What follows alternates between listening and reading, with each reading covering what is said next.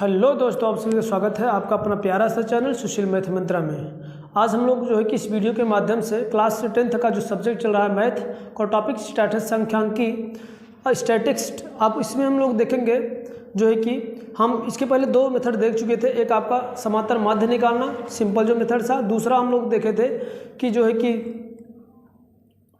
प्रत्यक्ष विधि था।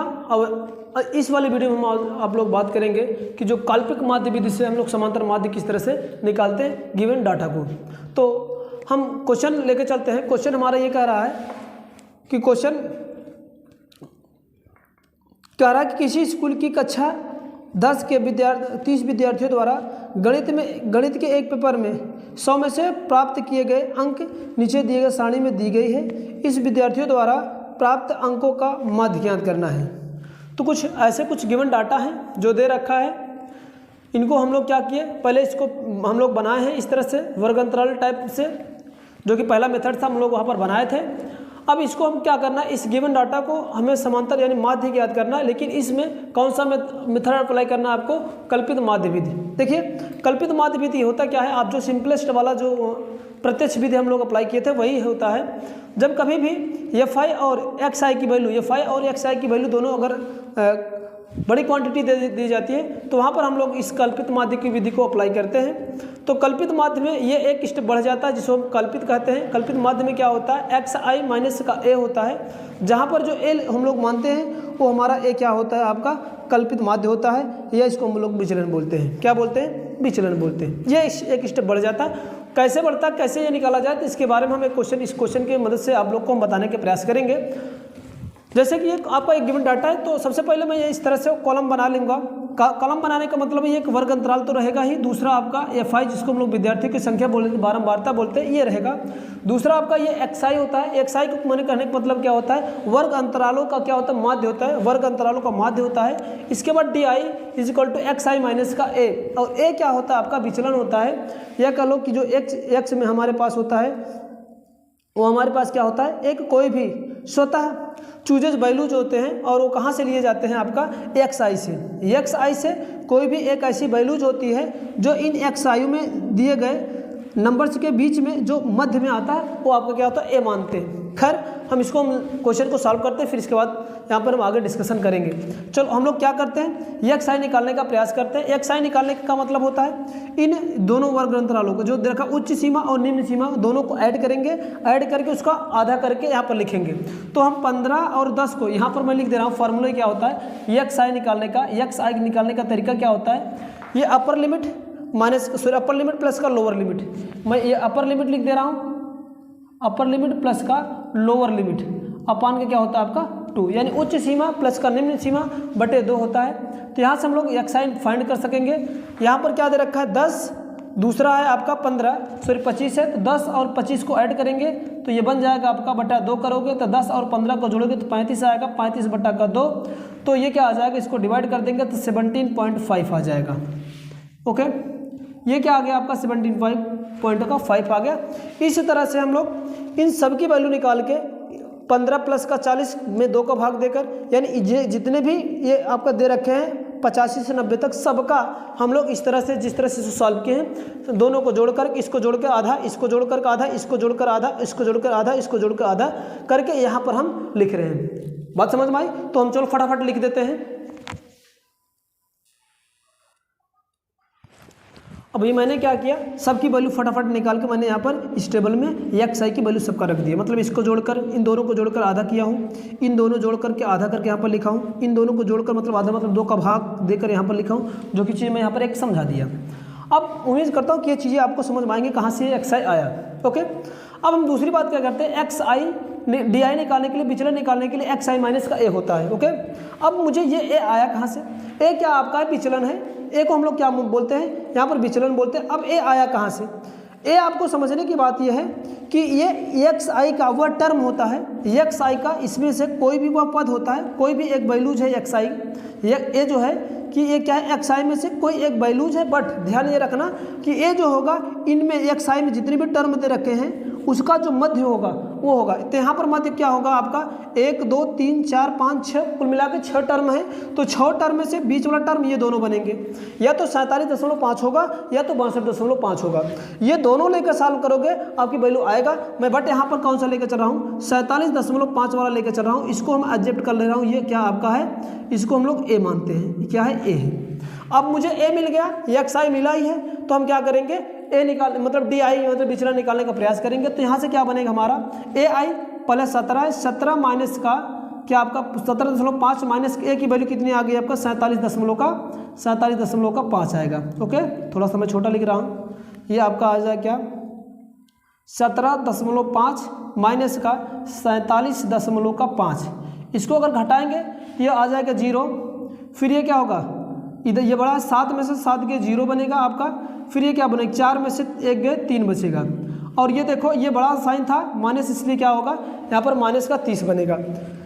ऐसे दूसरे के लिए निकाल लेते हैं, आपके क्या बनेगा ये 32.5 माइनस का 47.5 करेंगे, तो इसको घटा देंगे तो वैल्यू आपकी आ जाएगी यहाँ से ये 0 बनेगा यहाँ पर। और ये क्या होगा इसके बाद 7 में से 2 गए 5 होगा, और ये क्या बन जाएगा आपका 4 में से 3 गए 1 बचेगा, तो ये आ जाएगा क्या माइनस का 15 आ जाएगा। ओके, फिर नेक्स्ट वाला करते क्या है आपका ये 47.5 में से फिर अगेन ए वही है, तो 47.5 को हम सब्ट्रैक्ट करेंगे तो आ जाएगी वैल्यू अगेन हमारे पास 0। फिर अब यहाँ पर करेंगे क्या आपका 62.5 में से 47.5 घटाएंगे तो मेरे पास आ जाएगा ये 0 बचेगा पॉइंट लगा के। फिर ये 12 में से 7 के ये 5 हो जाएगा, फिर इसके बाद ये 6 में से 4 के ये आपका 2 बचेगा। ओके, ऐसे हम क्या करेंगे फिर 77.5 में से हम फिर 47.5 को घटाएंगे, घटाने के बाद अगेन हमें मिल जाएगा, आ जाएगा ये 0 मिलेगा पॉइंट, फिर 7 में से 7 के 0 हो जाएगा, और 7 में से 4 के क्या मिल जाएगा आपका 3 मिल जाएगा, तो ये 30 आ जाएगा। ठीक है ना, आगे चलते हैं। अब हमें करना क्या है इन सभी का में से, अब जैसे मेरे को ये मिल गया, ठीक है ना, अब जैसे ये मेरे को मिला अभी एक टर्म बाकी, इसको भी घटा लो, ये क्या हो जाएगा आपका 92.5 माइनस का 47.5 को घटाएंगे तो ये आएगा 5 में से 5 के 0 हो जाएगा, इसके बाद 12 में से 7 के ये 5 हो जाएगा, और ये क्या बन जाएगा 8 में से 4 के ये कितना हो जाएगा आपका 4 बनेगा, ये बनेगा। ओके, अब मैं ये जहाँ तक समझ रहा हूँ, उम्मीद कर रहा हूँ कि ये चीज़ें आपको निकालने को आ ही गई होंगी। किस तरह से 15, 30, 45 आया, ये क्या हो जाएगा, ये थोड़ा भाई यहाँ पर ये 15 आएगा क्योंकि ये करी चला गया था, 5 में से क्या गया आपका ये बन जाएगा। ये हमारा विचलन आ गया जो कि हमें एक टर्म का हर एक टर्म का निकाल के यहाँ पर रखा हूँ। अब जैसे विचलन मेरे को पास मिला, ये आपका क्या हो गया डी हो गया, और ये एक्स है, तो हम करें क्या इसकी वैल्यू निकालने के लिए इसका डी आई और एक्स आई का मल्टीप्लिकेशन करेंगे, एफ आई और डी आई का मल्टीप्लिकेशन करेंगे, तो ये एफ आई है और ये आपका डी आई है, तो दोनों का मल्टीप्लिकेशन करो। चलो 30 में ये 2 का गुणा करेंगे, 30 दूंगा क्या हो जाएगा 60, ये माइनस के पास 60 आएगा, ध्यान दो, फिर ये 2 है, 2 का गुणा इसमें करेंगे, ठीक है ना, जैसे 2 का गुणा इसमें करेंगे तो हमारे पास ये वैल्यू आ जाएगा 30 दूंगा क्या हो जाएगा आपका 60 हो जाएगा, ये 60 आएगा। मतलब कहने का मतलब इसका और ये गुणा किया गया, दूसरा भी इसका इसमें गुणा करेंगे तो ये भी माइनस आ जाएगा, 15 तो ये क्या हो जाएगा आपका 45 हो जाएगा, तो ये आपका 45 आ जाएगा। फिर अगेन 0 का गुणा 7 में करोगे तो ये फिर क्या आ जाएगा अगेन 0 आ जाएगा। फिर 6 का गुणा 15 में करोगे, 15 6 का 90 आ जाएगा पॉजिटिव में। फिर 6 का गुणा आपको 30 में करेंगे, 6 3 18 यानी 180 आ जाएगा पॉजिटिव में। नेक्स्ट वाला करेंगे क्या, यहाँ पर 45 का 6 गुणा करेंगे तो 5 6 का 30 का 0 हासिल लगेगा 3, और 5 चौका 6 चौका 24, 24 3 का कितना हो जाएगा 27 आ जाएगा 270। ये मेरे को क्वांटिटी मिल गई, मैं योग याद कर ले रहा हूँ। इन सभी की वैल्यू कितना दे रखा था आपका, ये 30 है, मतलब ये क्या मिल गया आपका समेशन एफ आई मिल गया है। अब ये क्या होगा, इसको हम ऐड करते हैं, तो ऐड करने पर हमारे पास आ जाएगा, फिर से हम करते क्या है, इसको देखो प्लस वाले पहले जो माइनस वाला है उस दोनों को एक साथ ऐड कर लेते हैं, दोनों को एक साथ ऐड करो। 45 और 60 को ऐड करेंगे तो ये दोनों क्या आ जाएगा, मैं यहाँ पर ऐड कर रहा हूँ, देखो -60 माइनस का 45 प्लस का 90 प्लस का 180 प्लस का 270। ओके, हम क्या करते हैं, पहले माइनस वाले को एक साथ ऐड कर लेते हैं और प्लस वाले को एक साथ, इन दोनों को ऐड करेंगे तो क्या होगा 60 + 45 दैट इज इक्वल टू क्या होगा 100 का 5 बन जाएगा। क्या बन जाएगा माइनस का 105। यहाँ से इनको जोड़ लो, क्या हो जाएगा ये 0 0 और ये 0 तो 0 हो जाएगा। 7 और ये क्या होगा 16 हो जाएगा।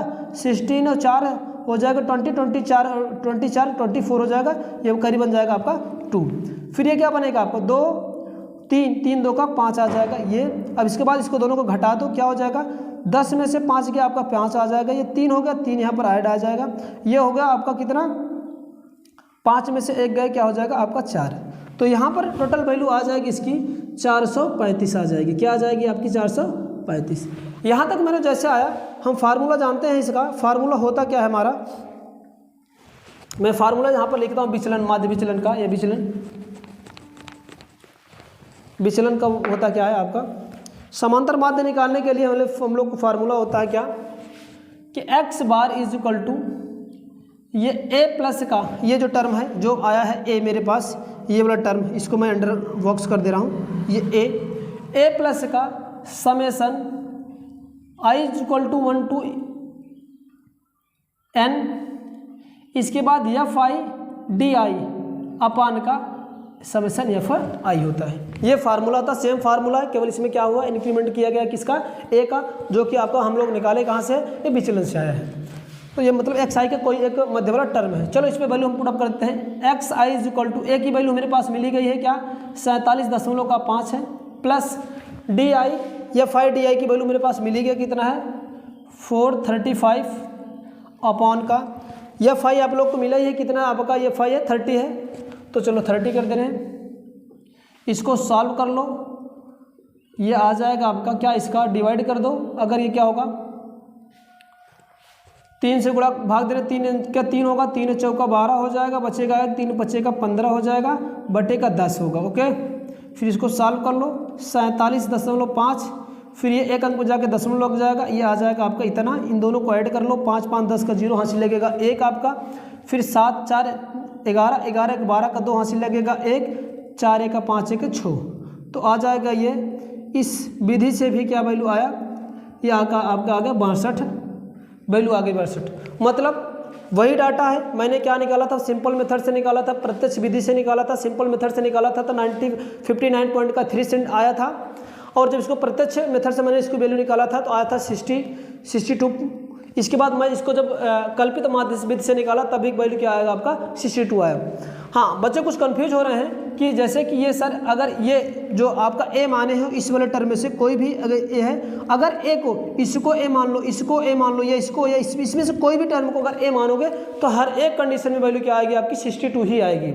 अगर आपको ऐसा कोई प्रॉब्लम लग रहा है तो आप एक को कोई दूसरा ही लेकर, इसको ही लेकर या इसको ही एक लेकर आपको निकाल सकते हो, एग्जैक्ट वैल्यू वही आएगी। ओके, तो ये मैं उम्मीद करता हूँ कि आपका जो कल्पित माध्य विधि था ये आप लोग को अच्छा समझ में आया होगा। अगर वीडियो अगर अच्छी लगी हो तो प्लीज़ बच्चों को अपने दोस्तों के साथ शेयर करिए। अगर चैनल पर नए हो तो प्लीज़ चैनल को सब्सक्राइब कर लीजिए, बेल आइकन को भी प्रेस कर लीजिए, जिससे जो कुछ भी यहाँ पर वीडियो अपलोड कीजिए आप लोगों के पास नोटिफिकेशन पहुँच जाए। Thank you watching this video.